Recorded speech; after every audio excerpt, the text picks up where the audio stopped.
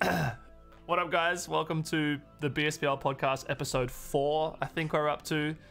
I'm joined today by Ika and Puff. Say hi, guys. Hey. How's it going, guys? I'm Puff. I haven't got the thing on the screen today to see who's talking, so Pearl. Why am I talking about Pearl? We'll talk about Pearl later. Ika is British, just like Pearl. Maybe that's why I thought of Pearl. And Puff is Pearl British? Yeah. I feel like Pearl's Portuguese. Or maybe. I'm just guessing based off the time zone I had to schedule with this week. Yeah, I'm pretty sure he's Portuguese. We played last year. My apologies, Pearl. No problem. But yes, I am the British guy. British guy. So that's how you can figure it out. We got a nice mix of accents in this podcast. All right. Well, what are we going to do today? We have some games lined up. We're going to watch the replays. You guys can see the Discord screen share, right? So we can watch the replays together. Yes. All right. Yeah. Nice. So we're going to do that.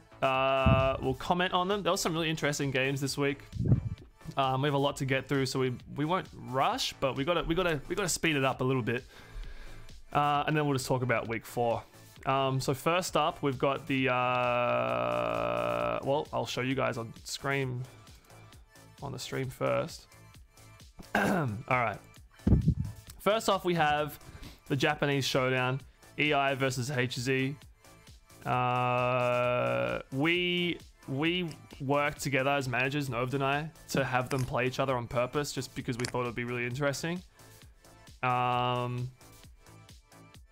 Yeah, that's pretty much it, really. They joked about it on Twitter, and everyone was just really excited for that matchup.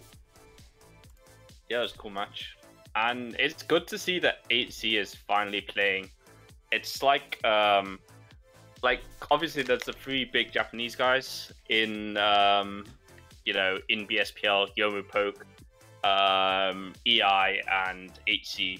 And none of them, other than I think EI, had played up until week 3, and Yomu still hasn't played, despite the fact that he's easily the second best BSS player on the drummers. So it's good to see that HC's finally on your roster. Yeah, we had trouble finding room for him, honestly. Like I have, 9 players? Who did you have on last week, though? Obviously, Chem is better than HC, but who did you have in your other slots? Let me remind myself. We had Chem Coop and... Oh, you had Ankle One Snowfan. Yeah, there we go, yeah. And he lost to Plaz. You could have put HC in. Nah, HC was not available that week. Oh, okay, that makes sense. That makes sense then. Yeah. He was not available week 2 out of all the weeks. He said that in his sign-up post, which I forgot. I did put HZ in. We had to sub him midweek because I did not read his sign-up post. Yeah, that was the only reason. So our availability's been pretty crazy with like Groudon Empire out. HZ was not available that week. Yeah, that's pretty much it, really. But yeah, it was really good that we could get them to play this week. Like if we played these guys the week before, we wouldn't have been able to do this. So just the timing worked out really well. Yeah, I'm gonna click play on this and just have a watch.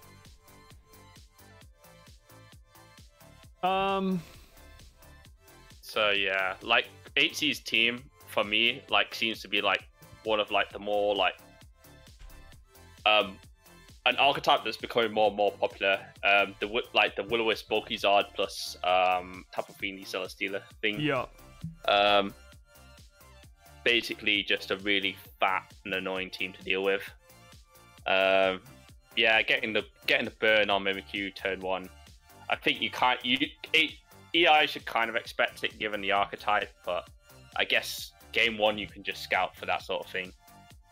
And essentially that means Mimikyu's useless. Yeah. Look, +4 Shower Claw does 50% to Celesteela. and that's not even a defensive Celesteela. So yeah, we see the revenge with the Hydro Vortex, but because of the Beast Boost, he can't. Basically, EI can't kill Celesteela. Oh, he dodges pub. I'm surprised that HE didn't just like keep on spamming Heavy Slam. Yeah, same. I was just thinking that.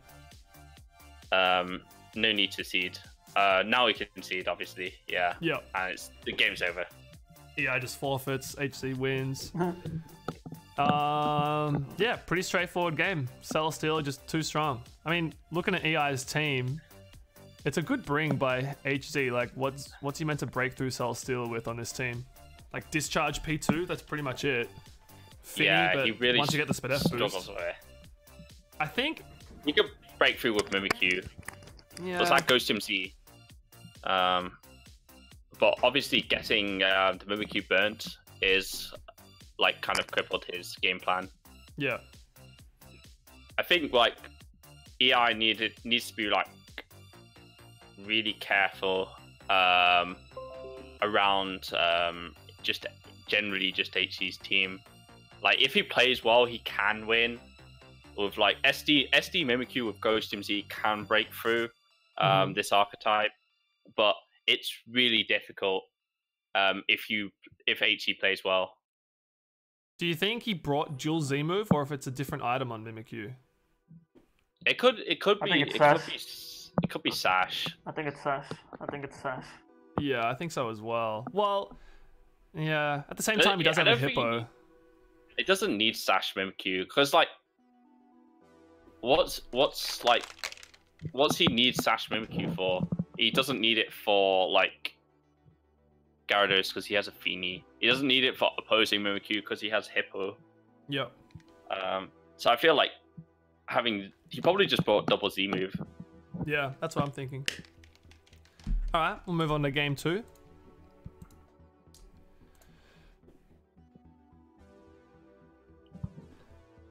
So yeah, the Gengar lead against Feeny. I'm just gonna pause there. That's a good adjustment by EI, predicting like Celesteela just destroyed me. Let's get Finny in without it having a Speed F boost, because then maybe I can fight through it a bit easier. Do you think HZ read that and goes, well, he has to lead Finny now, so easy Gengar? That's what it looks like. Yeah, I'm pretty sure like EI just wanted to get the Misty Terrain up straight away. Yeah. Because it covers both the Celesteela and the Will-O-Wisp from Zard X, so he can actually break through HC's team. Right. A lot easier if he has like SD Mimikyu or something like that. Mm-hmm.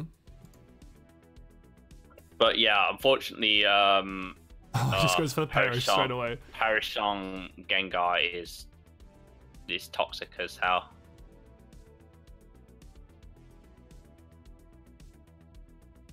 Oh, he's got Z AG as well. So it's Z Finny, Z AG. Surely it's not triple Z move. It must be Sash Mimi. Yeah, it is. It's Sash. Is it Sash? It must be Sash then, yeah. So we see the 3 from EI. Yeah. I'm pretty sure he's just going to try and break through with Aegislash. So he SD's twice, probably predicting a Protect at some stage, but he Celesteela just keeps flamethrowing. Yeah. Yeah, EI probably should have just attacked. Yeah. Oh, but I don't. It's hard to say because then Celesteela would outspeed. At least EI still. I don't know. He doesn't have a chance because he has Perishong, Mega Gengar. Yeah, you just kill this and then click Perishong on the last, which is Porygon 2. Yeah, Porygon 2 can't even kill Mega Gengar, anyways. Yeah. Yeah. So yeah, pretty straightforward. Well played by HZ especially, but I think EI did all he could with the matchup. Yeah, HZ just had the better matchup overall. Yeah. Really. Like. Yeah, Celesteela Feeny Zard is like X is like pretty hard to break unless you have like the right sort of mons. Because it's a new thing as well. So like a lot of classical cores like Hippo AG meant, you know, haven't quite adjusted Right. to bring to that sort of bring, because it's very much season 14, season 15 sort of thing. Well, that was like the most exciting Gen 7 game we had this week, so the rest were just super straightforward. Like Zaya just beat Mikav, Lloyd just beat BP, Chemcoop beat Raj. There's a little bit of luck involved in Chem's win, particularly this Greninja that I'm trying to highlight with my mouse. There we go. Just missed every gunk shot in the world against Tapu Fini, but at the same I don't time, think it matters. Yeah.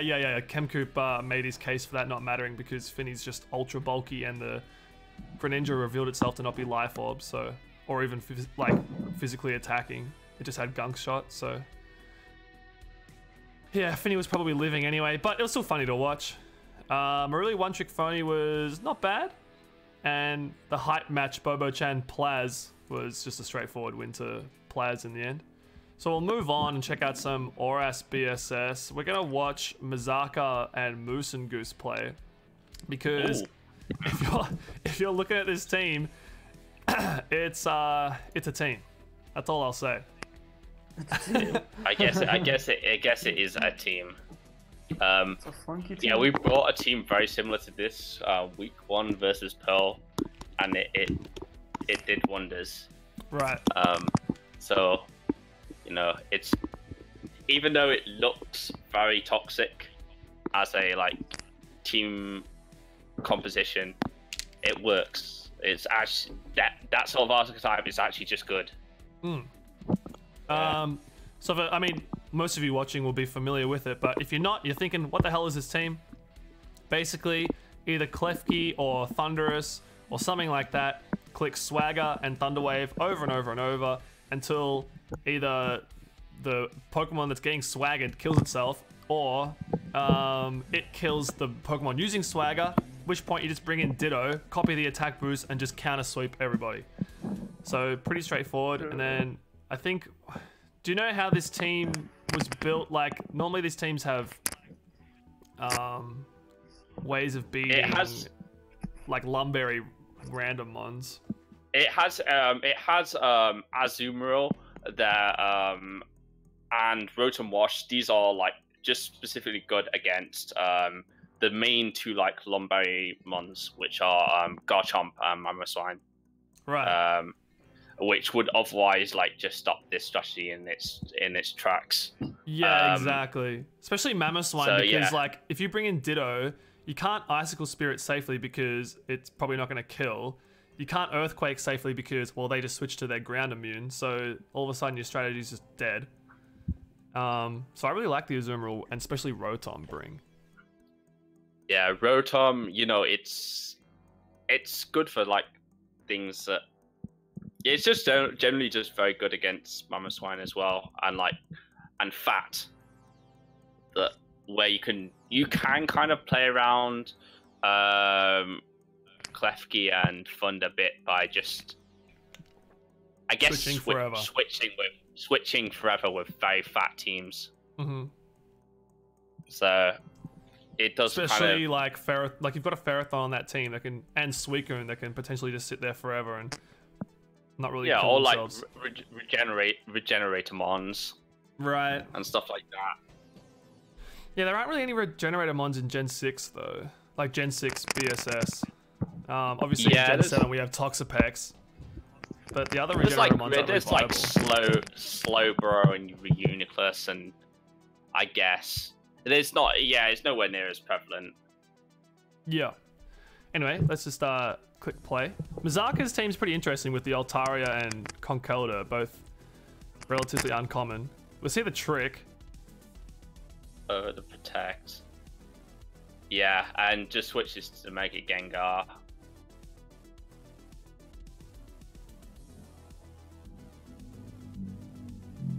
So basically, the sad thing about this Rotom is it's such a liability because this Ferrothorn has Protect. Right, you can just scout forever. Yeah, and yeah, basically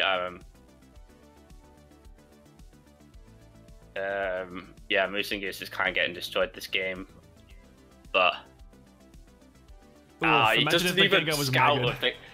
He doesn't even scout for the protect, for the trick with protect. He just goes hard Gengar. That's kind of a flex. Now he can just switch between his mons. Yeah, this is why these teams really need Stealth Rock. He can switch between Suicune and Ferrothorn here. Yep. Yeah, so he goes back to Misaka goes back to Ferrothorn, complete protect. You got HP fire. That doesn't matter. You can go Suicune. Oh, he goes Gengar instead. Yeah, you'd always go Gengar there because it's revealed to be Scarf. And it's locked into Power Fire. The thing is, the reason you don't want to go Gengar here is because Gengar can be brought in against Thundurus, and that stops Azumarill getting a belly drum. Right. Because you can spam Sludge Bomb versus Azu. But now, since he took the damage with HP Fire, Gengar is in range of Azumarill's Aqua Jet. Right. Yeah, and here it comes. And so yeah, now he's probably gonna. The rest was a choke. Yeah, I don't understand the rest. You should always click Scold. Yeah. +6 knockoff kills. Yeah, that's obvious. I think the Ferrothorn's for death. Right, I was gonna say it'd have to be. What? I mean, if Misaka played like slightly better around that Azumarill, he could have won that game anyways. Even if the Azu got the belly drum off, but yeah, should have definitely gone into Suicune on the HP Fire, just because that would have meant he could bring back in Gengar at higher health. Looks like +6 knockoff can kill physically defensive Ferrothorn 38% of the time. Yeah, it's a roll. It's a roll. That's crazy. I did not know that this whole time.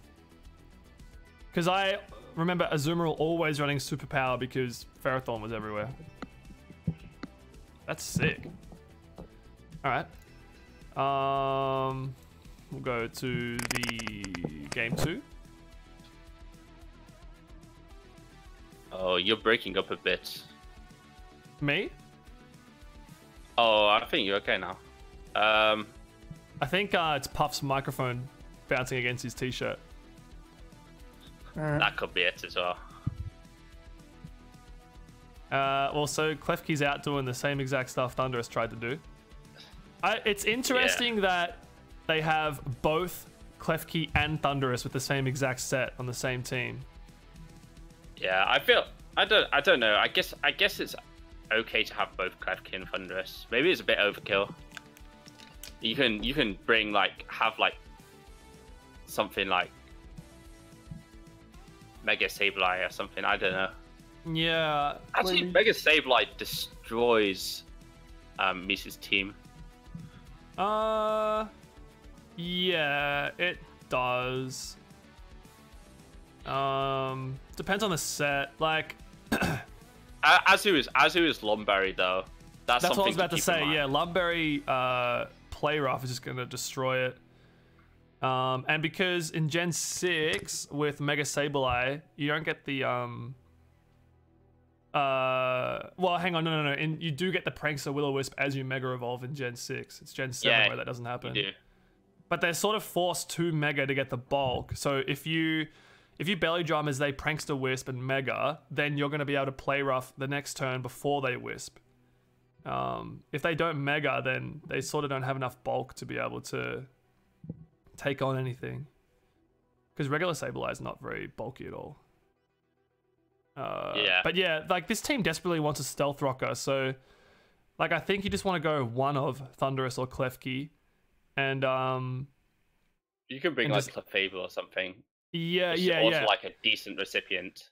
Yeah, exactly. Like especially because Clefable doesn't need that many moves. Like it has 4 slots where you have Stealth Rock. Okay, you don't need Thunder Wave or anything because you got a mon that's already spamming that. So just go like Stealth Rock. Moonlight for a healing move, slap on some Calm Mind and Moonblast, and then you're pretty good. And Unaware is really good as well for the ignoring the swagger boosts on physical attackers. Yeah. But yeah, like I said, these sort of strategies where you're just forcing switches over and over and over is so much better with Stealth Rock. Anyway, I'll just press play because we're gonna get through these. So yeah, we're gonna see some swag play action. So it is the Spadef Talon, the most popular Talon of all time now. Yeah, Brave Bird doesn't break sub. If this was sub Talon, he might have just lost. Sub Talon? Did that exist? Well, sub is like pretty good against Klefki, but wow, that does so much to Gengar. Oh, all right, Destiny Bond. Okay, that was really lucky to get the Destiny Bond kill there. Yeah, I don't understand foul play. Wouldn't you always Thunder Wave there? Yeah, I feel like Thunder Wave into foul play is a lot better. And yeah, now we see the Lomberry on Azu. Hang on, I gotta stop there. You'd have to Thunder Wave then Swagger because they Destiny. Well, you Thunder Wave. Oh yeah, you'd Thunder Wave first. Yeah, you couldn't foul play because they'd still be in Destiny Bond state. Do you know what I mean? Oh yeah, that makes sense. So you'd have to you'd have to just hacks your way through. You could wait until you get a free turn, then foul play. Exactly. Yeah, Swagger until they hit themselves. Right. So I don't understand. I mean, Destiny Bond wasn't revealed yet, so it's technically not a misplay, but I don't know. I think that just comes down to experience. Like, I have a sub up right now. I should probably just kill this because if the Gengar attacked as you foul play, you're getting your sub broken anyway. So you might as well fish for a free sub with Thunder Wave Swagger before going for the kill. So anyway, I think I guess you might have been worried about getting like really low, but like given that that's Def Talonflame, like I guess with experience you kind of realize that it's probably not running Flare Blitz. Right. Because you've got to run like Boost, Taunt, Brave Bird, and I'm trying to think what else you run on Spadef Talonflames. Something else that I'm forgetting straight away. Will-O-Wisp, yeah. So you're probably not running Flare Blitz. Why is this game still going? Moose, just forfeit. Yeah, Moose is gonna forfeit. Alright, well we know how this game plays out. Let's get out of it. Yeah, it's choice lock feels bad, man. Alright, game 3. How do the teams adjust here? So Klefki leads again into the Gengar, so you have to Thunder Wave. And he does, good. Yeah, which he does, and then the Gengar, trades it for the damage on Klefki.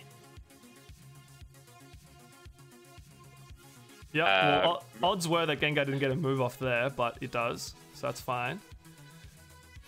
Yeah, this turn right here, he can subserve his Gengar and go into Ferrothorn.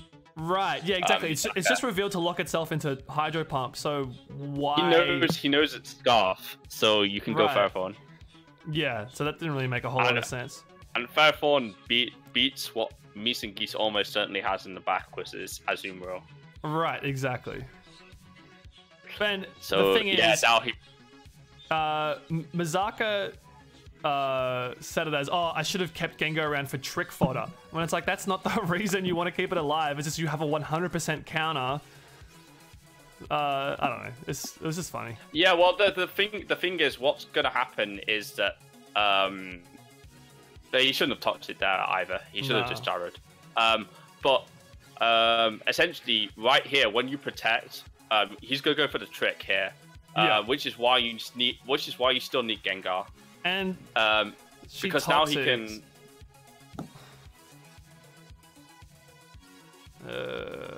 Because now you can chain up moves with Rotom. Exactly, yeah. It just Volt switches. So, oh no, just Hydro Pumps, right? What?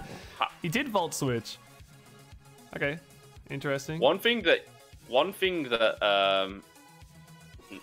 can be done.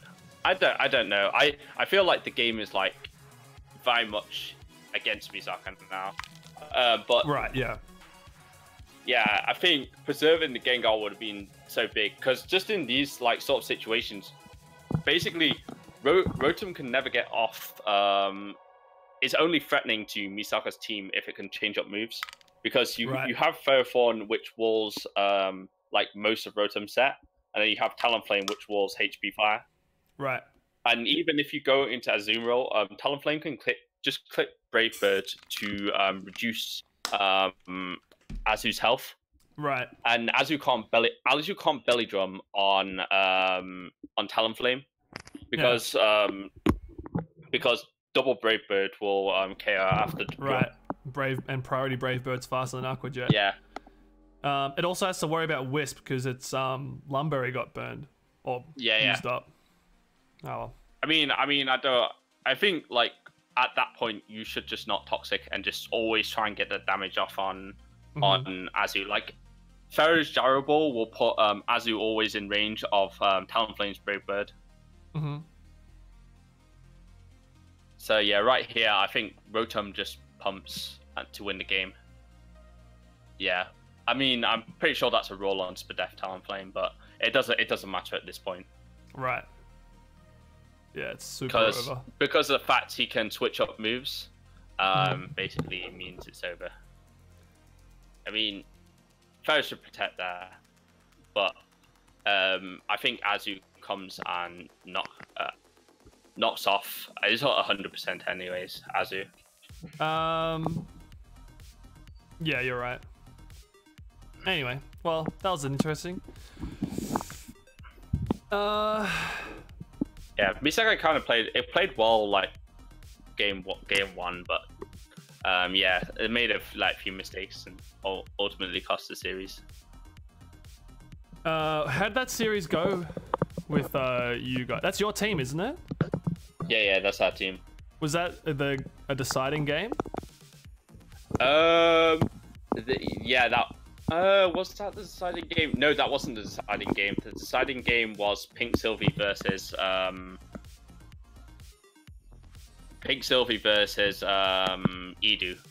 Was the deciding game on our team, and then basically Pink Sylvie got really unlucky. Which is then we were 1-4, where we would have been like 2-3. We had Kaori in GBU versus Megazard. So we had a decent chance of evening it up, but at the end of the day, basically Kaori wanted to go to sleep, and so we put in the squash, giving him a bit of experience as well, because he might be playing GBU week 5. So fair enough. Well, we can watch that one then, so we can feature some more doubles. Yeah, why not? I haven't watched this one fully. All I heard was that the first game, Pink Silver got hacked, and I watched the second game. Okay. As well. Yeah, I don't think I've watched either of these yet. Where basically Pink Silver lost because of Lando T EQ crit. How you going, Puff? You still there? Yeah, I'm here. I'm just watching. Puff hasn't been around for much of last week, so watching all these for the first time. You can just cut Ika off whenever you want. Just tell him to shut up. Just cut me off, because I'm just talking shit about messes that I don't even know. Alright, well, we'll just click play on this. Should say that neither of us three in the podcast right now play a lot of doubles, so don't expect any high-level commentary. We'll just say exactly what's happening on the screen. So basically, we got chalk. EMB has brought this team 3 times so far, so we knew exactly what team he was going to bring. I have no idea what's going on aside from that. Kangaskhan is broken. Heatran's pretty good. Nice lame. Burn on the Thunderous.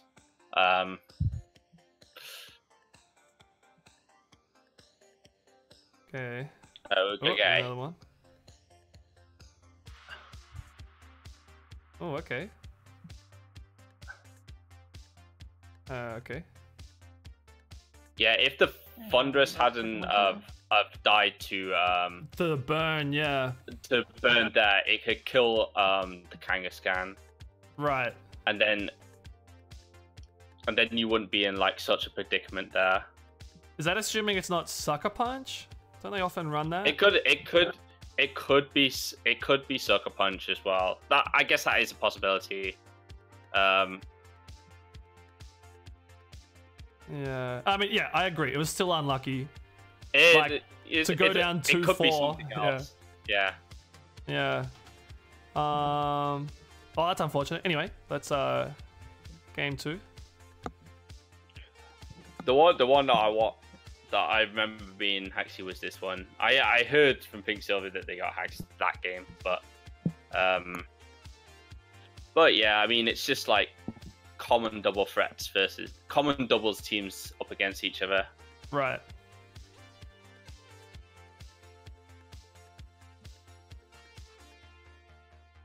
Helmet Amun, nice. So yeah, Pink Silver gets a good like lead off there with the switch into Mungus. Probably going to see the Spore come out. Mm-hmm. Oh, into the Heatran slot. That's good. So yeah. Oh, Lum. The power is decent. That's probably Belly Drum Azumarill. Right.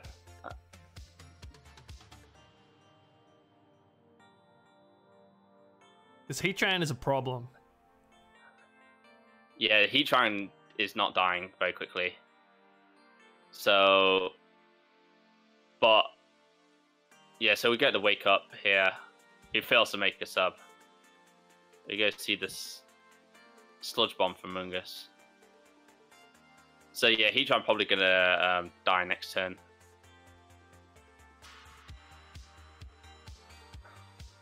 Okay, so finally something that can beat Heatran comes out. Oh, but it gets crit by Heatwave. Yeah, you see the Lando crit was really important here, because Pink Sylvie's was in a commanding position, but Right, now yeah. since the Lando got crit, Sucker Punch now kills from Kang. Yo. Whereas Lando would have lived and EQ'd here, and then you only have a Mungus left, obviously, which Gardevoir beats with Psyshock. Mm-hmm.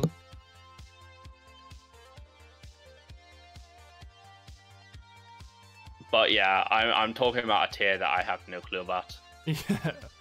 Don't worry. Yeah, I think. I mean, I am an ORAS doubles expert now. I am undefeated in the format in BSPL. Won one game against Solerme last season. Yeah. I don't know. I feel like you can't. Maybe you could have won that as Pink Sylvie anyways if you'd have made the right plays. Depends if, like if you rage powder with Among Us and attack the Heatran with Right. Your Gardevoir, but that's like very much 50-50s. Yeah, we're just here to comment on the hacks though, and I think Pink Sylvie did get. There was a few unlucky turns which really shifted it to Idu's favor, so I will sympathize with that. Yeah, for it wasn't like awful. It wasn't awful hacks, but Nah. the game 2 Lando crit definitely lost Pink Sylvie the game. We might as well jump into. I'll commentate my game versus Pearl since I'm here and I can do it. But it wasn't that exciting, really. Like, Yeah, basically your team sucks against his team. yeah. To put it simply. So when I was doing my scouting for Pearl, I mean, I've played Pearl before, and I'm pretty sure Pearl has beaten me every single time. So I'm like, fuck, I really got to do it this time. But I mean, and I'm not saying this as an excuse or anything, because like it's fine. But the last 2 weeks, I've just been pretty much inactive from my team completely because of work. And I didn't have as much time as I wanted to prep for Pearl as I wanted. Like I got to do all the research I wanted and think of a team that I might want to bring, but I wanted to build a team, but I didn't have time to do that, so I just chose a team from my builder, which I thought would be good. The thing with Pearl though is, hey, let me find. It brings weird shit. Well, yeah, I wouldn't say weird shit. I mean, it's good. It's good, but there are unconventional elements. Generally, that's what I see in his teams. Where did I write the scouting report? Where did I write it? I see a Whimsicott. I just gotta. Yeah, that Whimsicott is actually the most useless Pokemon in this matchup. Oh, here we go. Even okay, more so... useless than can't say his team matchup. Oh, yeah, it is really. So out of all the teams that Pearl's ever used in ORAS BSS, he has this huge list of Pokemon he's only ever used once, and a very small list of Pokemon he's used multiple times. So coming up with like strategies to not necessarily counter team, but at least counter style. Like there was no trend. It's not like, oh, Pearl uses slow bulky offense or hyper offense or stall, or like Pearl's used it all. So, and that's like fantastic. It makes scouting Pearl pretty much impossible. I'm trying to think of how many games I did research on, but like the Pokemon that Pearl used most was Chomp, only 4 times out of all the ORAS games he's used. Talon 4 times, Krez 3, Aboma 2, Gengar 2, Heatran 2, and then there's like this huge list of Pokemon he's only ever used once. And the team that he brought against me just adds to that. It doesn't, like, there's no Chomp on his team, there's no Talon on his team. It's Hippo D9 Ments, so it has got a standard core to it. Right. But yeah, he uses a lot of like, he tries to be quite creative, I guess, if you call it that, in his team building. Right. Which is like really good. So anyway, like I said, I just wanted to bring a team that I thought was solid in general, had answers to multiple strategies, you know, et cetera, et cetera. I landed on this team that Kamikaze used pretty much all the time in Gen 6. And I got through having him on my team in BSPL 1. But yeah, you can see this Charizard, Dragonite, Lucario, and it's like, well, Charizard, Lucario is already tough enough because you got to decide which is which, whether it's X and Y and physical or special Luke. But yeah, it's also just the standard Hippo Luke Dragonite core with a random Whimsicott. So yeah, I'm like, well, shit, what the fuck do I bring against this? So you'll see in game 1, I just get pretty much stomped. I led Venu to try and catch the Hippo lead, but I sludge bombed because I knew it wasn't staying in. I wanted to get a poison on this. You knew Charizard was coming out, yeah. Yeah. Yeah, now you have to... Here, you see the Roost, which was like, fuck. As soon as it was Roost Charizard, I was like, this is pretty much over. Like, how the hell do I fight through Roost Charizard? Because I really just needed the damage to be permanent. So yeah, unfortunate for me. I sent out my Helmet Krez because, like, why not? I figured if it was Y, I'd be able to take a hit. I was like, well, really, I was like, if it's Y, GG. If it's X, well, then I get a favorable position. Get my Toxic off. Yeah, you kind of like hope that his like Charizard is offensive. Mm-hmm. To be honest, because like you have ways to deal with offensive Charizard. With Crest, kind of can deal with offensive Charizard and Dragonite, although it is pressured because there's just like too much power. Krez has to basically go 1 against 2. And one of these dragons is going to weaken Krez so much while dying that the other just cleans up. And then I've lost my check to both of them, and it just wins. This is why these double dragon sort of teams are really good. But they're like sort of high risk. Not necessarily high, but like more risk than lots of other teams. But for like massive reward. Like Klefki being my only steel / fairy. And Krez being my really only physical attacker check. It's like, well... they're both going to win that. Dragonite reveals itself to be banded, which is good info for me. I probably should have roosted there, looking back at that. I think I didn't know if it was DD or banded yet. So I sort of just wanted to get damage on it while scouting, since I can use that information in the future games. But looking back at it, I probably should have roosted. I could have just roost-stalled in hindsight. So that's a bit of a mish. Yeah, if it was DD though, you'd instantly lose. Yeah.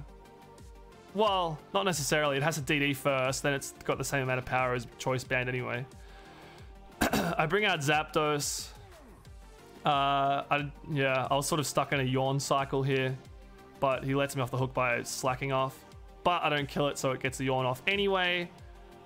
Yeah, and yeah, Hippo dies the worst time. Yeah. Looking back at this, like, and I spoke about it after, and I'll speak about it again later when we watch all three, but I didn't bring Garchomp this game, and I really needed to. Like, Zapdos was completely useless. If I had gone Venu, Krez, Garchomp, and played the first half of the game the same way I did, and then saved Chomp in the back, I would have just won. Which is, yeah, super unfortunate for me. But whatever, it's fine. The reason I didn't bring Garchomp was because, like, Whimsicott scared me, Rotom scared me, Hippo scared me. It just scared me. Yeah. And yeah, Venu does not take a hit here, so whoops. I also forgot to make the Zapdos static instead of pressure, which was, you know, that's just a mistake in itself. But this team's so old, I think it was made before static Zapdos was released, so it just has pressure as the default ability. And I haven't updated the import of it. But whatever. Pressure's still good on Roost Zapdos. We'll load up game 2. So I'm thinking to myself, I need to be able to check these double dragons, but I figured Pearl would adjust and bring like Rotom or potentially even what's it called, Whimsicott. I also knew this was a shitty matchup, so let's just bring Klefki in and hope for the best, really. So I lead Charizard into Dragonite, which I know is banded, and it has to lock itself into Outrage. So I get Klefki in for free. So that means I get a free substitute. And that means I just get to click Swagger against this Hippowdon and just pray, basically. Which I do. And it pays off. I know it's Helmet, though, so I don't want to click Foul Play. Because it revealed itself to not be Berry, and it's like, well, what other item is it? I do Foul Play there because I knew it would be in range after that one. But, yeah, you know, you kind of just KO a full Hippo. Yeah. Charizard comes in to also get paralyzed. And I get the full para. I Swagger there. Yeah. Klefki just doing what it does best, basically. Right. And then I just now you can sub again until he hits himself. Yeah, which you can see I do.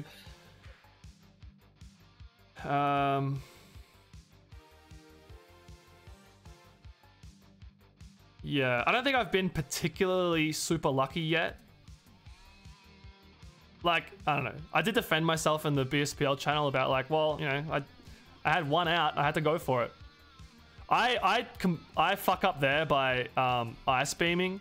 This Krez will reveal itself later to be Psychic and Ice Beam, and the Charizard was in Psychic range, but I didn't think Charizard would stay in there to roost. I wanted to catch Dragonite or Hippo coming in. So that's why I Ice Beamed there.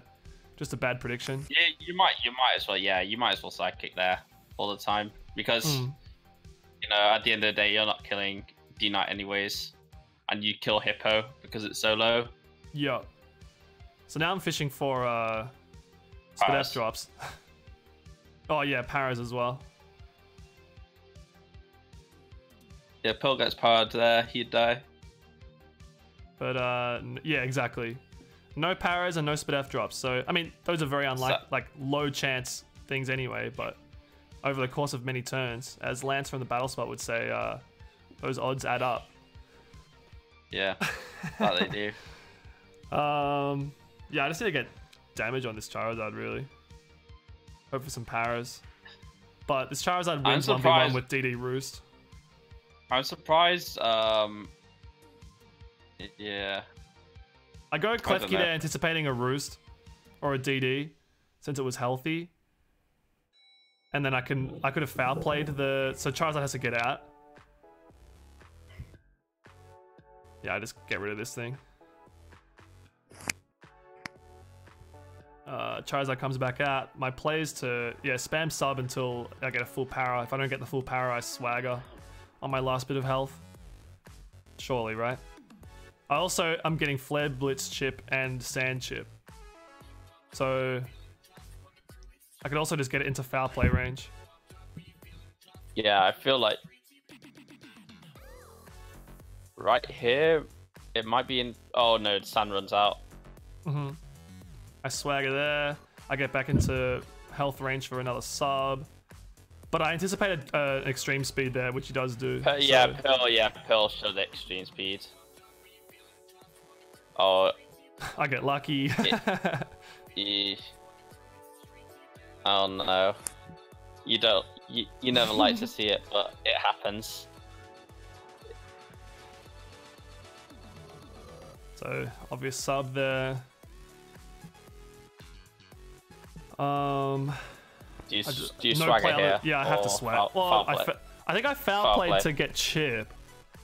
I probably I didn't want to swagger in case he just swept me from that point. But I have Charizard in the back. You have Charizard. Yeah. What? Which has ancient power, so I just needed to foul play to get him in ancient power range. Oh yeah, that's fine. Yeah. Yeah. So I pull out game 2 with some you know, some skill. Shenanigans. That's right. Okay, so game 3, I'm like, well, no reason to really change it up. I pretty much have one win con, and that's do the exact same thing. But I honestly, I'm too focused on that I You forget that Pearl can change his team. Yeah, pretty well, not really, but I really should have brought Garchomp either game 1 or this game, or even game 2. I just didn't. Like I said, team preview scared me out of bringing it, but I also thought Garchomp was a threat that he would bring. Like maybe this game go Hippo, Rotom, Whimsicott. I'm like, well, I don't really want to bring Garchomp to that matchup, so I'm gonna lead Charizard that can pressure the Hippo lead, while also being, you know, threatening to a bunch of other stuff on his team. But he leads Rotom, which is like really good for him. I just Klefki here as he Volt switches. He goes into Dragonite. Now, this is the one turn, like I've already said some things I regret. This is one turn I really regret. I hard switch Krez here when the play is always to click sub, because I know it's choice band Dragonite. Yeah, you scout. Right. Fans, if he goes for outrage, well, all right, sweet. I've just got a free sub. If he switches, oh, I got a free sub. If he goes for Earthquake or something, well, I have an Earthquake switch. But yeah, I wonder how much banded extreme speed does. Not much. Wondering because like Klefki isn't that strong defensively, and banded Dragonite is really strong. Right. I probably want to hit KO, so yeah, his sub is always the right play. Yeah, I just goofed there. As soon as I clicked it and the animation played, I was like, oh, why did I do that? Yeah, so banded extreme speed does nothing. Heaps. No, it breaks the sub, but that's about it really. All right, we'll play this out. I anticipate a boost there, so I can just T-wave this, but it's really because he just fights through paralysis and kills me. So I've sacrificed my Klefki for nothing. Yeah, blitz. But like I said, I get the paralysis on it, and it's in ancient power range, so I just go for the ancient power. Sadly, this Charizard doesn't have Solar Beam, otherwise Rotom's completely gone. At this point, I have to keep clicking ancient power. That does nothing. Yeah, I know. I'm in extreme speed range. Extreme speed. But he doesn't go for it. Goes. Yeah. I probably should have gone Krez there. Outrage. I think either ways works, because now you can't recover with Oh, that's why. Krez. Yeah, that's why. I knew I had to keep Krez healthy, so I couldn't hard switch. So I just Roost forever in Sun. Oh, Roost, Moonlight. Yeah, you kind of hope that he confuses himself. Oh, he goes. I thought he might stay in there and fight through the confusion instead of switch. We have a speed tie, so I win that one. It's unfortunate. I Moonlight there because I know I need to stay healthy. And Rotom's not a threat at this point. But getting these speed ties right is annoying. Yeah, if Charizard was fully parried there, I would just kill it the next turn and I win the game. So it came down to that, really. Yeah. But now we're just in the same situation where Charizard DDs and roosts all day and cleans me up. So it's just a really good bring by Pearl. Like it was DD, Roost, Dragon Claw, Flare Blitz, which is, you know, a nice set, but I don't know. I didn't want to bring something too predictable, but looking at Pearl's team, I have so many teams that I'm known for that would have had a better matchup against this team. So I'm not trying to say that Pearl's choice in bringing this team was like a bad bring or whatever. It's just unfortunate for me that I got a really bad team matchup, and Pearl played it really good. Happens. So yeah, you know, like I'm happy for him that I didn't hacks the fuck out of him in 2 games. If I had have been able to pick better at team preview game 1, I might have won that and then cheesed game 2. Or if I did the same thing in game 3, like, yeah, I just messed up, but it's fine. So that's that game. That's my thoughts on it. We're gonna move on to Memoric Umbreon, because everyone was saying in the chat that that was a funny series to watch, but we sort of have to rush through it because we have NOVED and Fella to talk about, and Dark and Solerme, and week 4 matchups. Should we cut something out? I only have like half an hour. So we have NOVED and Fella and Dark Solerme. And Dark Solerme. I feel like let's get rid of the doubles. Sorry guys. Let's get rid of doubles. Yeah. Yeah. But apparently it was really funny. Where am we looking? We're looking at NOVED Fella. Where am I? Oh, here. So we're gonna see that it is a rain v rain. Oh, sorry, wait. Weather versus weather is what I meant to say. Yeah, and rain has the matchup. Right, and rain has the inherent advantage over sand. Yeah, you don't have a Ferrothorn, so therefore you're automatically like in a bad situation. Right.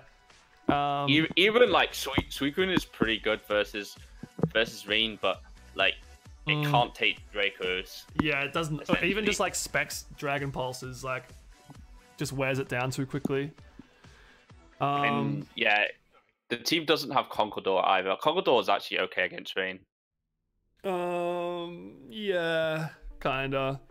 It's not really like it has no assault vest, and it doesn't really have enough special bulk. It has no assault vest, but you like most of the typical rain ones, like it can take one hit and dish out basically enough damage to the point where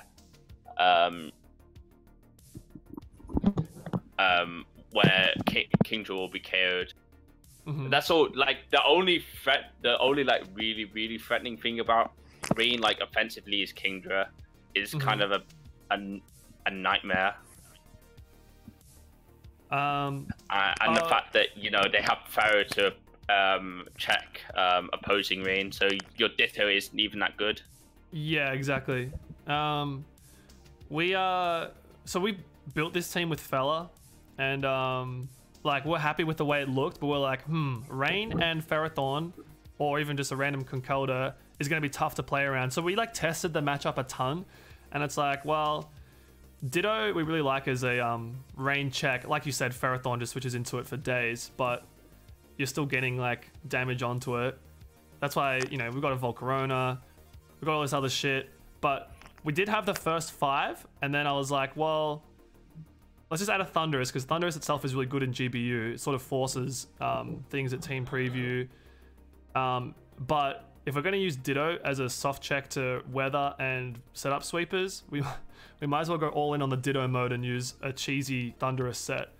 And but that set really only comes out to play against rain, and well, we were just unlucky enough to get rain in this actual game.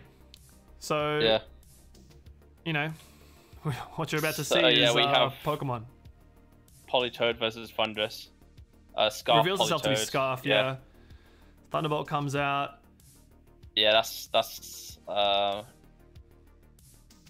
questionable. Questionable. Scarf is questionable. You're saying? No, I mean staying in and T-bolting when it doesn't kill Politoed. Well, if Politoed wasn't Scarf, it would make sense. Like if it's if it's eject button, you just hit it, it gets forced out. Kingdra comes in, you get T-Wave off for free. Yeah, I guess so. So yeah, just Kingdra Surf here. right? Yeah. So average fellow just sacks Volk Yeah, to get his it doesn't- Thunderous back in. Volk's useless in this matchup. Yeah, I mean he might have Ferrothorn, but we don't know that yet. Other than versus Farah, but you have to sack something and you can't sack. And T-Wave is just too good from Thunderous. We reveal the Oh my God, the Swaggered. tech. Yeah. Attack. And we get it. Yeah, Oh my God. which means you can Thunderwave T-Wave for free. the Kingdra, and you get the full power. I don't know why NOVED went Kingdra to fight through this Thunderous though when he has Ferrothorn in the back. Yeah, he should. Like, You just stay in and click he Gyro should have Ball all day. NOVED should have definitely gone Ferrothorn.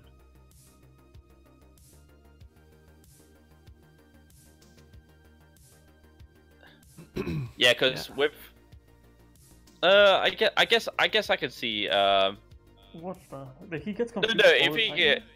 if he kills with Ferrothorn, I guess eventually Pharaoh would put opposing Pharaoh in range. Mhm. Well, the Ditto Pharaoh in range of like a Kingdra, Draco Meteor or something like that. You'll see here it's important where we get a Swagger Confusion, then we get a Thunderbolt crit, The Thunderbolt crit, won the game. which is going to reveal itself to be pretty important.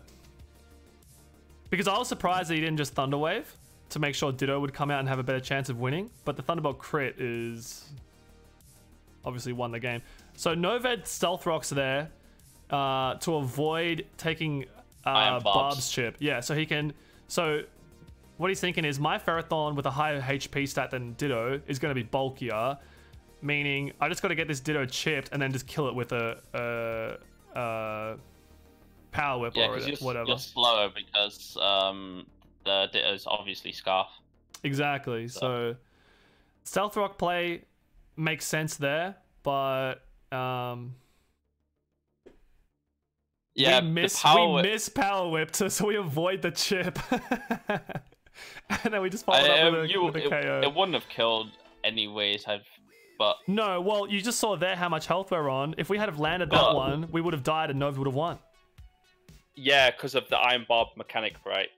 Iron Barb's activates first, Right. So you die first to the Barb recall before you Exactly. before you kill the opponent Pokemon. But, I mean, NOVED played it more smart. You can't think, oh, he's going to miss Power Whip and avoid this. So his play is the better play, but it's just so hilarious how the miss helped us out in the end game. That was a Yeah. silly game. So that was a silly game.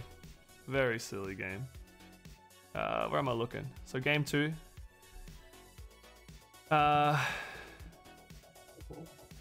Let's hit that play. Thunderous v Thunderous. So we can't Thunder Wave it because of Volt Absorb. You just go for the Swagger. It's a 50% chance he doesn't do anything. Oh, you get really, really lucky. Is he gonna go for another Swagger? I mean, if he... Yeah. Oh my God. 50% of the time it works every time. Hey man, just Feels so stop. I don't want to see this anymore. There's But average fella goes... He doesn't go for the Thunder Wave on revealed Scarf Ditto, so that was arguably questionable. But I guess the damage is good. He can just Swagger this with Thunderous if he wants to. Is it worth pushing given his his luck? confused hit rate. You You see, get the like skull here, burn. it looks like Firethorn just wins, but Yeah, this At the Suicune skull doesn't have burn. Hidden Power Fire or Sheer Cold. It's pretty much confirmed. oh, the Pharaoh doesn't have Leech Seed. That's why NOVED lost. I was gonna say Leech Seed definitely wins the game. Yeah, so I mean, Oh, you gotta do what you gotta do. If NOVED had brought a different, like, I'm not saying I'm not saying it's NOVED's fault or anything like that. I just realized that the way I said that might have sounded like it. But if it was a different team, like anything other than Rain, Thunderous wouldn't have got brought. Thunderous was literally the rain / bad matchup counter, or check, really. It turned out to be a counter. But yeah, like, I really wanted, like, it would have been great if Average Fella could have just used the rest of the team and maybe potentially won, because yeah, we did build this team. We spent all week building this team. NOVED, like, we scouted NOVED. We're like, this seems like a good bring. We'll try this out. Oh, but this team of 5 is really weak to rain. Let's add Swag Play Thunderous.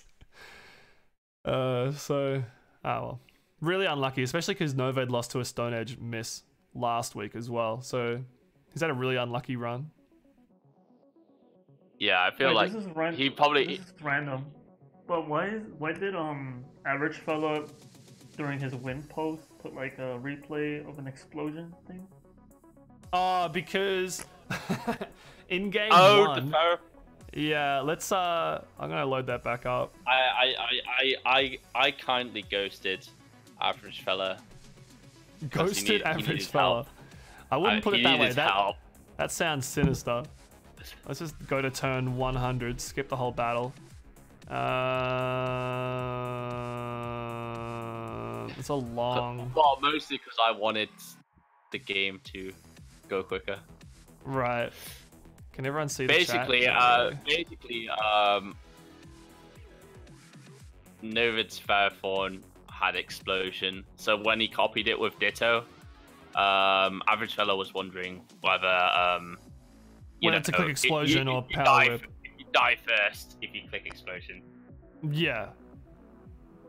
So, yeah, Ika as a neutral party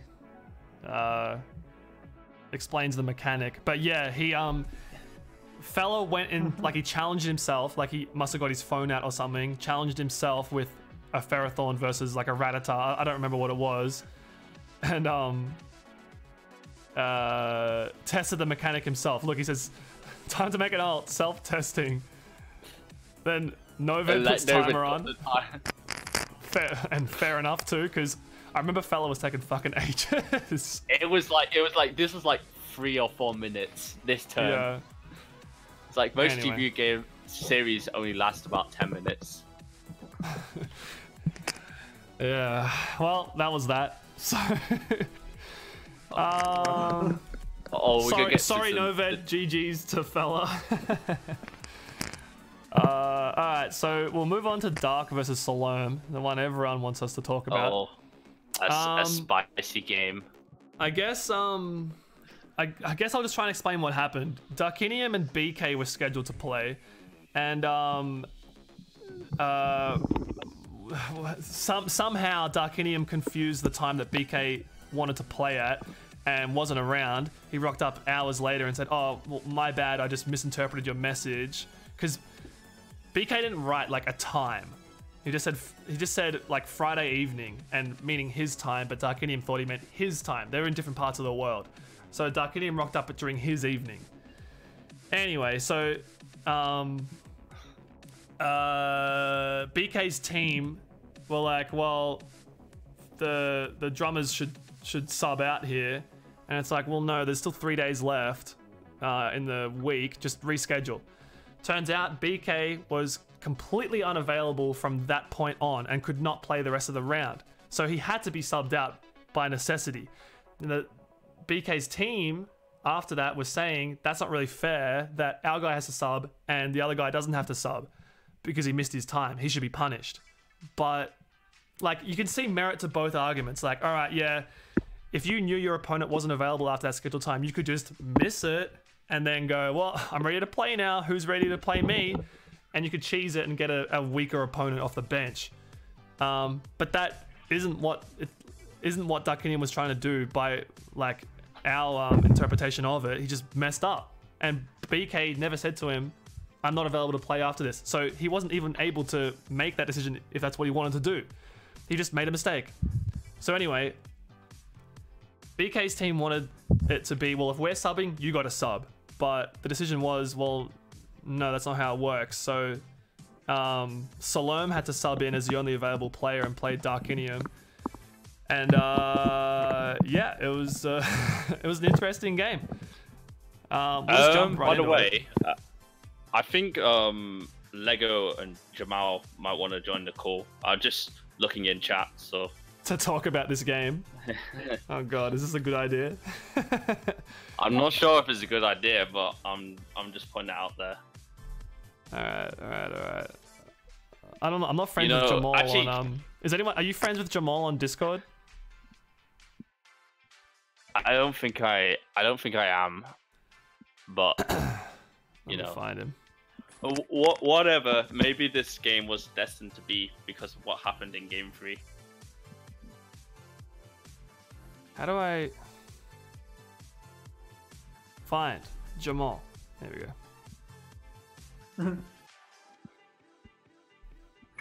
No, I don't want to do that. How do I send him a friend request? There we go. Discord's tricky. Jamal, you got to accept It this. took me a while.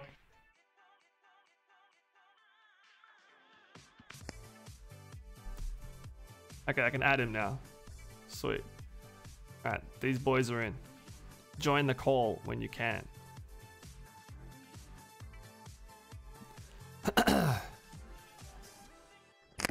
But yeah, I guess we can just start going through the games, and then Yeah.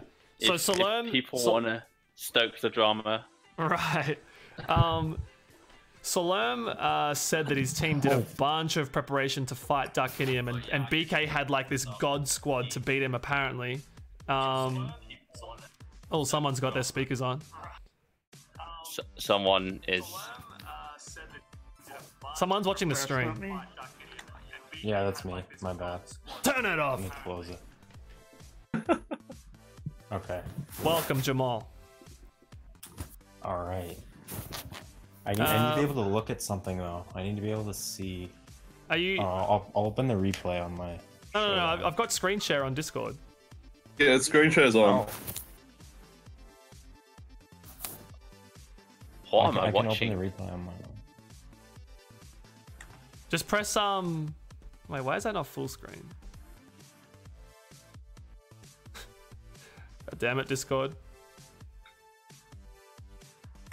How do I think if you like right click on my screen share and maximize it or something.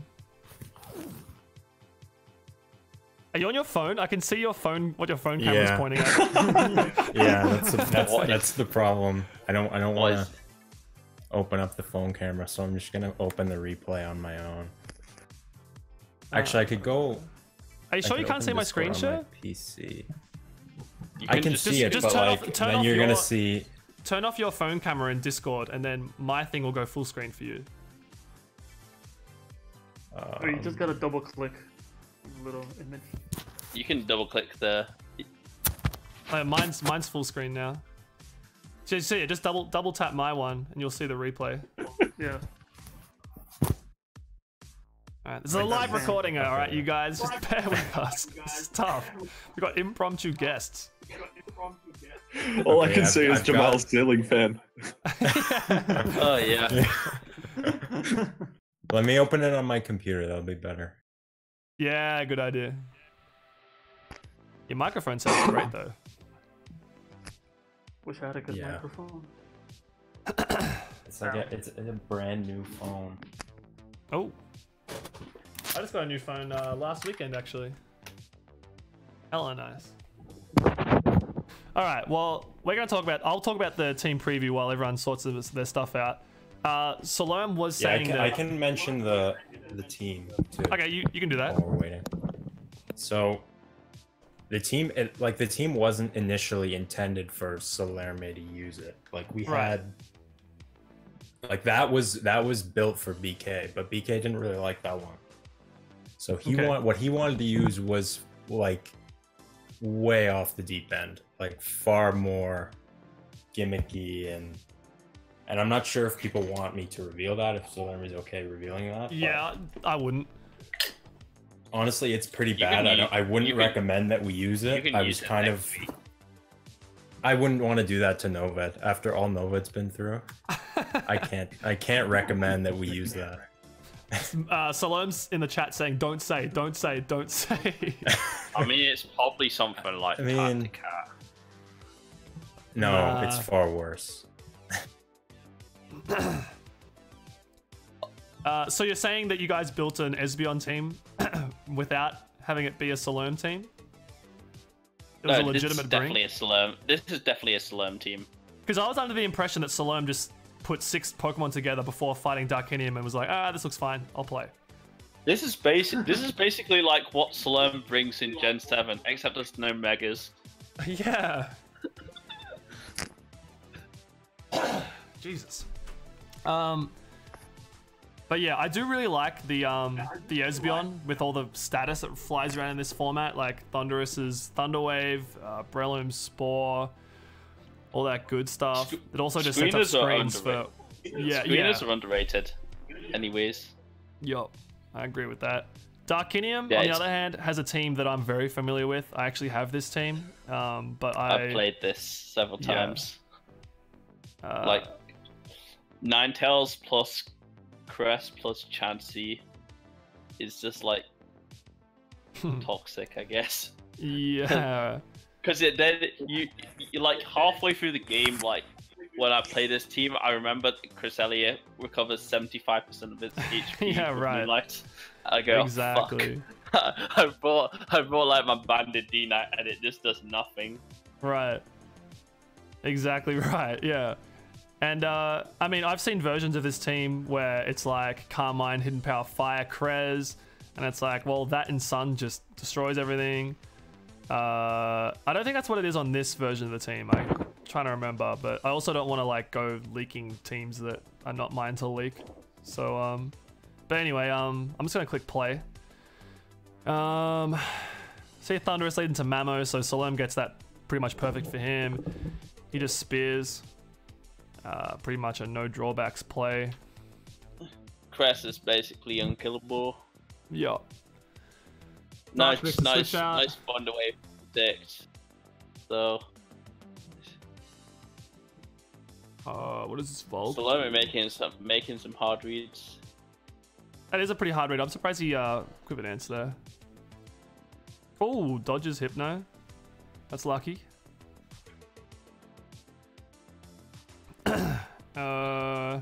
Yeah, Volk just wins now, I think. Yeah. Does Solerme just win this game? Yeah, I feel like he does. Yep, so Solerme after all that, because like, there was a lot of, I wouldn't say drama, but like trying to sort out the situation, and it sort of just ended with Solerme being like, alright, I'll just play, give me 2 minutes, and then he just played. And then when he won that game 1, I was I think it's 4 AM for him when he's playing this. Yeah, it was 4 AM. So yeah, I just remember thinking, oh shit, he won that pretty easy. And if he was able to take this out, I mean, we'll watch the rest of the games. But... the reason he won so easily was because like you look at Solerme's team and he has one special attacker, like, and well, Espeon doesn't really count as an attacker really because it does nothing. Yeah, but, I agree with that. It has 4 physical attackers, so you go, oh, Chansey isn't a good bring here, but that's like faulty logic because that one special attacker is Volcarona. So you have to bring Chansey. Mm-hmm. True. I'll Which bring is up, basically the game was over in Champ Select. All right. So, Are you? I'll just press play. Why the hell not? I think. So this is a good adjustment. Scizor on a potential Mamo lead, and then you just go Chansey on the Volk. Yeah. But now you're like, well, what's your Scizor check? Oh, it's Thunderous. All right, that's pretty good.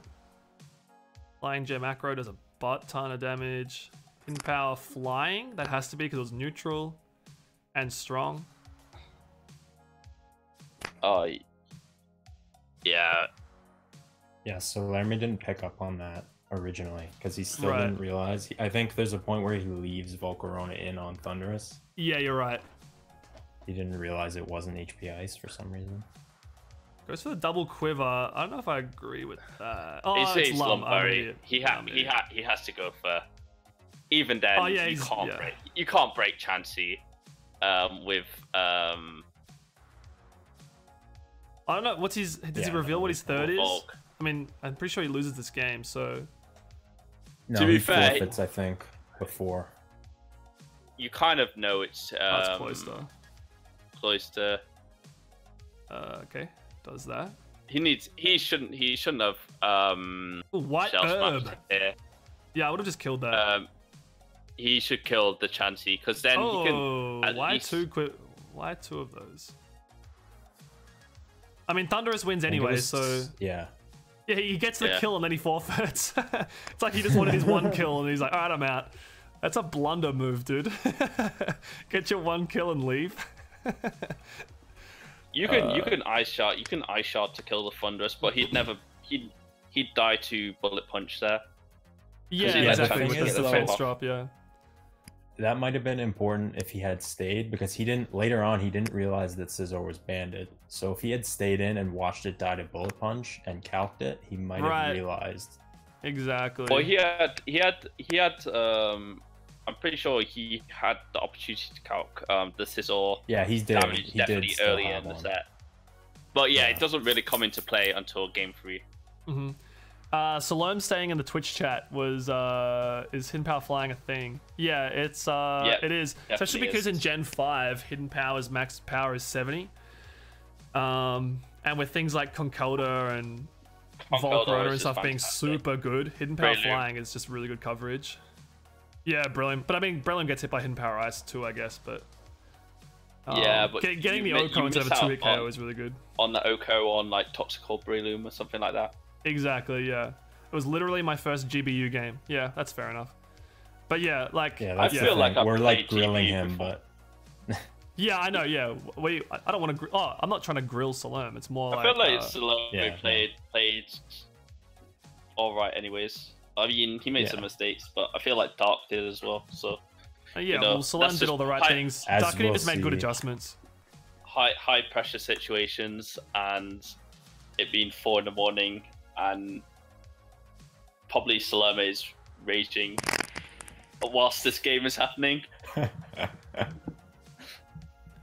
Yeah, exactly. You guys all know me. I struggle to play with a clear head at the best of times, so...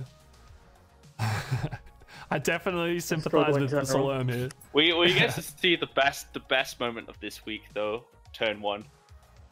yeah. Oh, yeah, right. JNC leads off into Espeon. The mascot comes out. Quick stealth rock into Magic Bounce. Can we talk about this? Like, was that just a mistake, or was he predicting Espeon to get just- out of there? That's a mistake. Jesus! That is, You got a text message. Yeah, I Jamal. asked him about it. Oh, I did? Yeah, it's we all 100% heard a it. joke. Oh, Just jeez, ignore that. it scared the shit out of me. That was loud. Yeah. Espeon's actually really good in this matchup. Yeah, it is. Yeah. What were you guys saying? You think he just goofed? Oh yeah, he certainly goofed. Yeah. I Alright, asked him there's- about it in the You BSPL go channel like if after. you had like any of your Dark had any of his like physical attackers. If you had Scizor, he'd go into Scizor, I think. Mm-hmm. So just keep Yeah, here's going. the play. First of all, that right there. Well, I guess where did he see the damage before that? What turn are you talking about? The Gyarados and Scizor. Oh, we're way behind that. Oh, I'm on turn I've 3. been on fast. I think right here because Solerme's got the rocks up on turn 3, he should go for a reflect. Yeah. Yeah, Yeah. that probably would have saved the game too. Yeah, because then and- Scizor and- wouldn't do so much. I'm pretty sure he knows that Dark's Thunderous from previous game doesn't have Electric Gem. And even so, I don't think Electric Gem kills through Reflect. But yeah, this if he'd reflected, he'd definitely won the game because doesn't Gara come in and like just wreck face? Oh, what a gem, Yeah. nice. Yeah, Crap. smart of Dark to Seismic Toss. Probably predicting Sub or Taunt. Okay, this turn here where Scizor revenges the Gyarados with Bullet Punch, I actually count. Oh, you don't need Choice Band to KO Gyara from that Oh no, you range. don't. So banded Scizor is not revealed there. I'm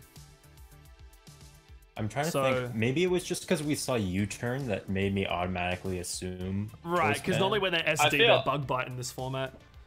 I feel like it was revealed game. Was that? It was either game 1 or game 2. It wasn't. I don't think it was revealed this game. Definitely, if Solerme had the reflect up here, he would have automatically. We're really saying there was a Scizor v Scizor turn where you could have calced it. There was a Scizor bullet punch going into Scizor. It did like 30%, which was enough to get the knockout. Okay, alright. That makes sense. Solerme's saying, I didn't reflect in front of Scizor because he was fearing SD. Same exact reason that made me flamethrower instead of going for DD. What I meant was reflect instead of click psychic on the Chansey. You'd still have reflect up. This will be the last turn of reflect this turn. Yup. Yeah. So Volt comes in, takes 40 from bullet punch and just gets a flamethrower off. So this is a pivotal turn because if you had have realized that it was banded bullet punch, you should know that Volk is able to get a quiver dance up here instead of just going for the kill. That's what everyone was saying in hindsight. Like when this was live, it was like, okay, that's fine. But then Thunderous comes out and it's like, oh, whoopsie, hidden power flying, which it already revealed to be in game 2. It's like, well, I need to be able to outspeed Thunderous so I don't just lose to hidden power flying. So really unfortunate. I don't want to say misplay by Solerme. Just like I said, it was 4 a.m. for him. He was heated from the situation that was going on. And he just made a really simple mistake. It's understandable. Yeah, like it is totally understandable. Yeah, I feel like, you know, if he was in a bit of a clearer frame of mind, then he'd have probably won the series. But then you could say, you know, like Dark wasn't playing at his best either because he probably would have. He was also sort of rushed in as well. Yeah. If he was like playing like to his usual standard, so you know, it was an enjoyable series, but at the same time there was definitely, you know, errors, I guess. Right. So anyway, this whole thing then sparked a big debate over, you know, should the belly drummers have been forced to sub Darkinium out to make it fair for the Farseers who were having to sub, and a whole talk of that happened, and I don't know, a lot of people have different thoughts on this, so we have like 5 minutes for you to we've got to talk about week 4. In one sentence, how do you guys feel about this? Do you think Darkinium should have played or should he have been subbed out? To make it even, I think he should have been subbed out. Okay, that's 1 for that. Ika? I think a double sub would have been the fairest situation. That's 2. I feel like if you miss your time, you should, especially if this was on. The thing is, this was on Friday, which is Friday night, which was very cusp. If it was on Saturday, I'd say Farseers get activity win. Now I'm not sure, though. Yeah, it's difficult. I understand the Farseers point of view, but if I were to play like devil's advocate, since BK didn't say he wasn't available after it, it's very easy for him to say, oh, I'm not available now anymore, activity win please, when Darkinium doesn't show up. Which, from Dragonwell's point of view, that's more easily abusable than someone missing their time and then trying to get a sub that way. It's very easy for you to go, oh, my guy didn't rock up, I can't play anymore, give me the activity win. So that sets a more dangerous precedent than making Darkinium have to sub as well.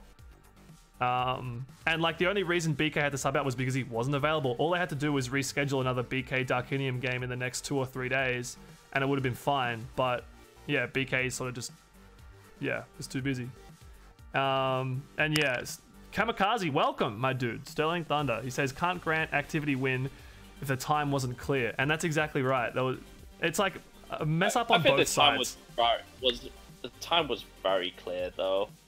You know, Friday, we Dark isn't like a greenhorn, he knows what Friday evening +2 means. It's Friday evening +2 time zone. And if he could have gone, okay, he could have clarified for a time, and he chose not to. So, you kind of have to blame Dart for that.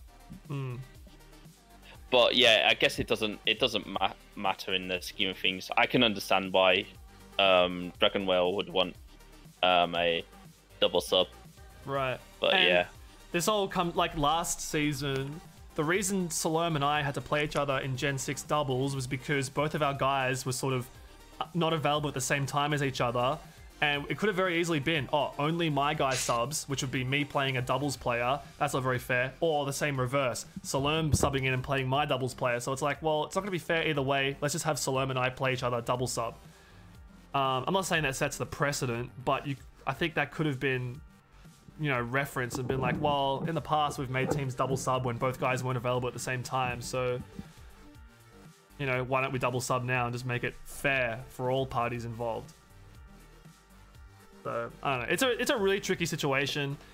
Like I understand why it happened the way it did, and I don't disagree with it. But I definitely understand why Solerme and his team would be upset about it. Anyway, let's really quickly, because I got to go to work. In fact, we're not even going to comment on it. I'm just going to go straight into predictions. Okay. Oh, whoopsie. Okay, let's... Farseers versus Helmets. We've got Jmal and Raj. Who wins that? Jamal's gonna win. Jamal. Yeah. Jamal. Solerme ones are easy. Solerme will win. I think Solerme's gonna win. Zaya, Demontoid. I think Zaya could win. I think Yeah, Demontoid's kind of knows Zaya. kryptonite though, so this one could go either way. Yeah, I agree with that. It's kind of a close. toss-up. Sorry, Lego, but I think Pearl's gonna beat you. 50-50. Pearl's probably gonna win. I think Mishi will win, and I think NOVED will win. So it's 3 to the Helmets. I think if Zaya can beat Demontoid, it's going to be a 3-3 tie. Yeah, for sure. Yeah, that sounds fair. The All I need to do is drummers... just bring Swagger and I win easy. That's true. That's true. Pearl, listen up. You know what to expect now. Drummers, Luxrays. I think Grail will win. I think Lloyd will win. That's pretty close. I think Maybe. Lloyd will get it. It's close game. Oh, Charlotte Marili. That's going to be really fun to watch. I reckon Marley's got that one. Yeah. Hasn't Charlotte's due for a Charlotte loss. not lost in like 2 years? Pretty much, yeah. I don't know. Yeah, I think Charlotte will win. But Marili's my dude. So, I don't know. And Sonara Megazard in Gen 6? I think that's Sonara. I forgot. I lost my count. I'm doing it on my fingers, so everyone can see on camera. Edu wins and Darkinium wins. So is that 4-2 to the drummers? Did I count that right? I don't think so. Grail, Marili, Edu. I think it's 3-3 as well. 3-3. Yeah. Yeah. They're all 3-3. You It all guys can depends very on Lloyd quickly do versus Inkay's. Why has Dragon Whale? Look at this guy. Is this amateur hour? Put a space in between. I know, right? This is my dudes. And the VS is short for. Oh, It's editing it right now. I think it all depends on Lloyd versus Class. yeah. And Oh, yeah. Charlotte are really. There's I two think- toss-up games there. All right, you guys very quickly say who's gonna win Inkay's Cavs while I get changed for work. I think Puff wins. Cam Coop wins. I don't know anything about doubles, but I'm gonna say Mr. GX. Misaka in Oras. Pink Sylvie in Oras. And I think Kaori in GBU. Dang, you're giving us the I 5-1. agree with those, except I think Fella's gonna win it. now Jake's left the stream. I can You hear know, all this. Yeah. you just You motherfuckers. I think that's what. Is that 5-1 really? Is that what I predicted? Yeah. Yeah. You predicted Cam Yeah. to win, basically. Yeah. So our only loss pretty is much. 1 TP. I reckon Fella's gonna win as well. None of those are like Yeah. 100-0 games though, except for I think Chemcoop is like the most sure thing. I that feel there is like there. I don't know. It's interesting. Well, Should be fairly good games though. fuck you guys, and I'll see you all in the next podcast. Nah, they will be really good games, and they're like fun matchups too. I'm Like looking forward to Pink 1 Sylvie Lone TP Ranger is going to be really versus good because they're both like good friends. I hope I play well against Kaori. That'll be really fun too. I'm playing my first GBU game this season. Puff vs I wanted to HZ is play going to be really Kampfu. cool. HZ. Yeah, it'll be good. It'll be good. I wanted to It'll play be good. Camp Coop, but no, didn't happen. Nah, last time 1 TP played Chemcoop, to be fair, I think he only lost 3-2. I only remember the series because 1 TP like trash talked a lot during his game. Oh, I remember that. Yeah, That's right, yeah. We all called him out. Yeah, and there was like the call up post when like it was like a close series, but yeah, I just remember the drama. That's the only reason why I didn't talk to you, Ika, and go, oh, we should match up Chem and Puff, or because I'm like, either we're gonna get Chem versus Puff, which is really interesting, or we're gonna get Chem versus 1 TP, and that's hype as it is. So Yeah, both matchups are the good, so let's just go alternate- with the random. like I never I feel like actually both our played Chem ever. teams. Yeah, You've never played Chem? Nope, never. Dragonwell, we're Oh, changing the that's matchups. Let's go. let's go. Anyway. I thought that like both our teams were like had really good like singles players, so like whatever happened, there was gonna be decent awesome matchup. Fair enough. I hate to rush you guys, but I really got to go, so I'm going to end the stream now. Thanks you guys for joining. Thanks everybody else for watching. Oh, we And, should put the squash in. We should put the squash in. Why didn't I think of that? Why? Reap. Because last BSPL he won the tiebreak versus Chem. Oh, true, yeah. All right. Anyway, like I said, these guys are getting out of here. I'm never talking to them Yeah. again for predicting my team to go down so badly. That wasn't even me. It wasn't even me. I put us at 3-3. Honest. The stream's ending. Goodbye, everybody. Where's my button to end stream? Get rid of these guys.